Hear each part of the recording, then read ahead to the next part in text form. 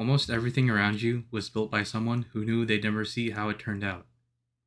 The roads, the power grids, libraries, languages, universities, entire cities.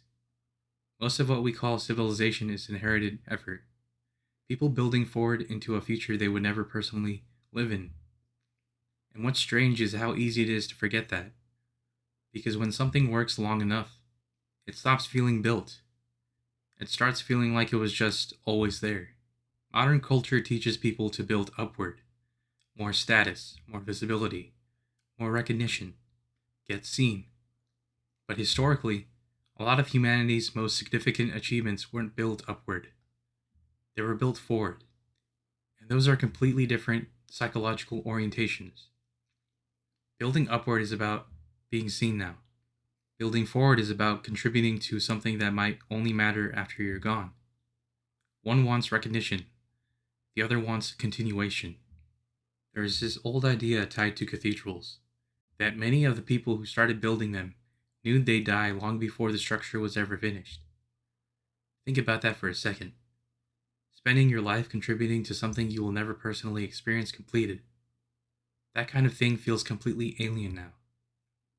Because modern systems are built around immediate payoff, immediate metrics, immediate recognition, immediate reward.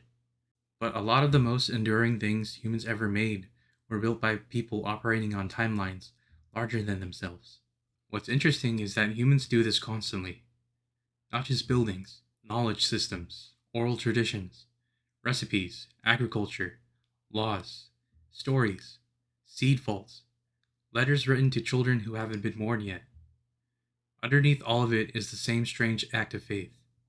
The belief that the future matters even when you're not going to be there to see it. That's one of the most distinctly human impulses there is. One thing the internet quietly did was change humanity's relationship with time. Everything became immediate. Content cycles sped up. Attention spans broke apart. Trends compressed from decades into days. And when a culture gets obsessed with immediacy, it becomes harder to think generationally. People stop asking what will outlive them and start asking what's performing well right now. That shift affects more than just media. It affects the whole civilization. Not everything people build forward is actually healthy, though. Some people try to outrun mortality through ego monuments, status, brands, personal empires, names carved into things. A desperate attempt to stay visible after death. But visibility is fragile. Recognition fades a lot faster than influence does. And often the people who changed history most deeply are barely remembered publicly at all.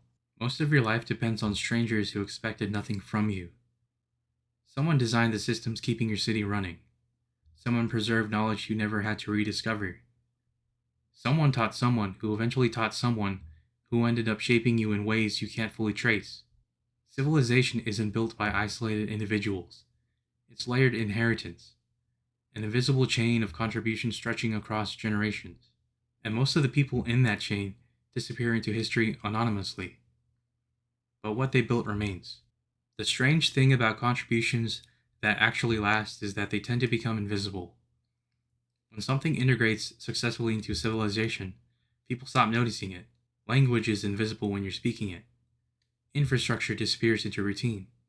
Traditions start feeling like they were never introduced. They just are. The most successful systems often stop feeling authored at all. And maybe that's the paradox of a meaningful legacy. The deeper your contribution goes, the less attention stays attached to your name. To build for people you'll never meet requires a specific kind of faith. Not necessarily religious faith, civilizational faith. The belief that humanity should continue. That future people deserve stability.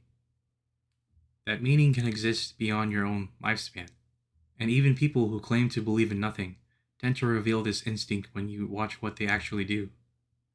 They plant trees, teach children, preserve memories, create things, build systems. Humans keep acting like the future matters even when they can't prove it does. And maybe what lasts forever is the wrong question anyway. Almost nothing does. The more interesting question is what continues long enough to shape the future. Because permanence is rare, but influence is everywhere. A teacher alters a student, a parent alters a child, an idea alters a culture, and those effects keep rippling outward long after the origin point is gone. I think about how many people quietly built parts of my life without ever knowing I existed. People who preserved knowledge, maintained traditions, created systems, passed forward values, built structures they never personally benefit from. Most of them are forgotten, but forgetting them doesn't erase what they built. In some ways, the fact that their work still functions without anyone attaching recognition to it might actually be proof that it succeeded. Maybe the strongest civilizations aren't built by people obsessed with being remembered. Maybe they're built by people willing to contribute to a future they'll never personally see. People who understand that meaning doesn't require ownership, that contribution doesn't require applause, that the most important things humans build are often the ones meant to disappear into the lives of other people, not permanent, but carried forward.